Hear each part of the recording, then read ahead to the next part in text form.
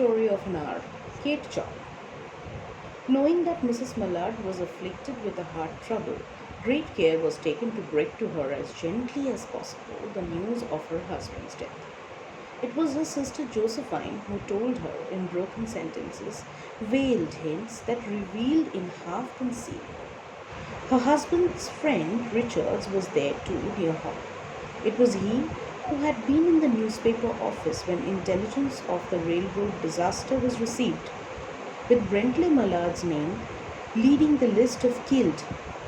He had only taken the time to assure himself of its truth by a second telegram and had hastened to forestall any less careful, less tender friend in bearing the sad message. She did not hear the story, as many women have heard the same, with a paralyzed inability to accept its significance. She wept at once, with sudden wild abandonment, in her sister's arms. When the storm of grief had spent itself, she went away to her room alone. She would have no one follow her. There stood, facing the open window, a comfortable, roomy armchair. Into this she sank, pressed down by a physical exhaustion that haunted her body and seemed to reach into her soul. She could see in the open square before her house the tops of trees that were all aquiver with the new spring life. The delicious breath of rain was in the air. In the street below, a peddler was crying his wares. The notes of a distant song which someone was singing reached her faintly, and countless sparrows were twittering in the eaves. There were patches of blue sky showing here and there through the clouds that had met and piled one above the other in the west facing her window. She sat with her head thrown back upon the cushion of the chair, quite motionless, except when a sob came up into her throat and shook her.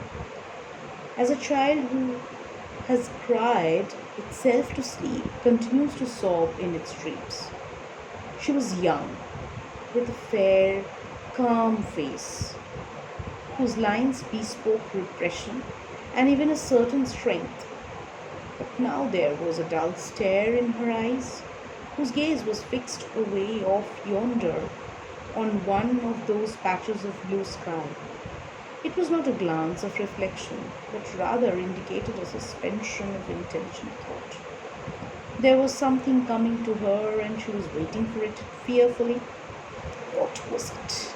She did not know. It was too subtle and elusive to name, but she felt it, creeping out of the sky, reaching toward her through the sounds, the scents, the color that filled the air. Now her bosom rose and fell tumultuously. She was beginning to recognize this thing that was approaching to possess her, and she was striving to beat it back with her will as powerless as her two white, slender hands would have had. When she abandoned herself, a little whispered word escaped her slightly parted lips. She said it over and over under her breath. Free, free, free. The vacant stare and the look of terror that had followed it went from her eyes, then stayed keen and bright. Her pulses beat fast, and the coursing blood warmed and relaxed every inch of her body. She did not stop to ask if it were or were not a monstrous joy that held her. A clear and exalted perception enabled her to dismiss the suggestion as trivial. She knew that she would weep again when she saw the kind, tender hands folded in death, the face that had never looked save with love upon her fixed and grey and dead. But she saw beyond that bitter moment a long procession of years to come that would belong to her absolutely.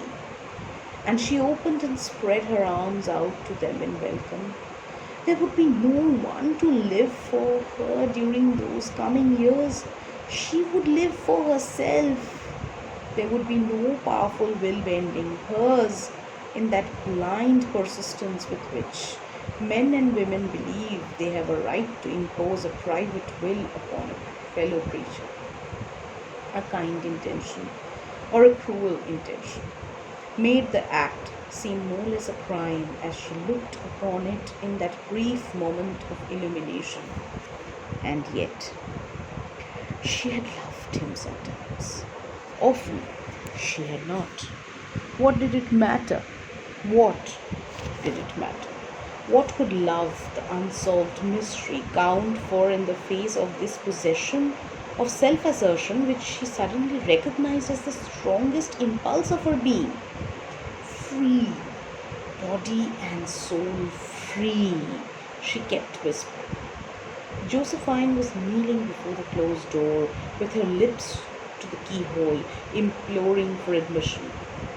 Lucy, open the door, I beg. Open the door. You will make yourself ill. What are you doing, Lucy? For heaven's sake, open the door.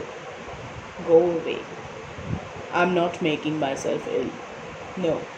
She was drinking in a very elixir of life through that open window.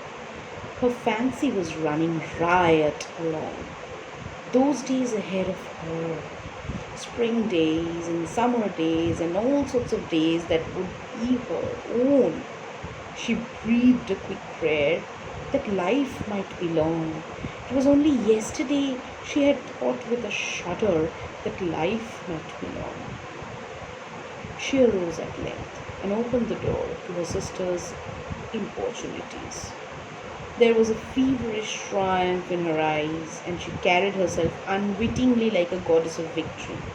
She clasped her sister's waist, and together they descended the stairs. Richards stood waiting for them at the bottom. Someone was opening the front door with a latchkey. It was Brentley Millard who entered, a little travel stained, composedly carrying his gripsack and umbrella. He had been far from the scene of the accident and did not even know there had been one. He stood amazed at Josephine's piercing cry, at Richard's quick motion to screen him from the view of his wife. But Richards was too late. When the doctors came, they said she had died of heart disease, of joy that kills.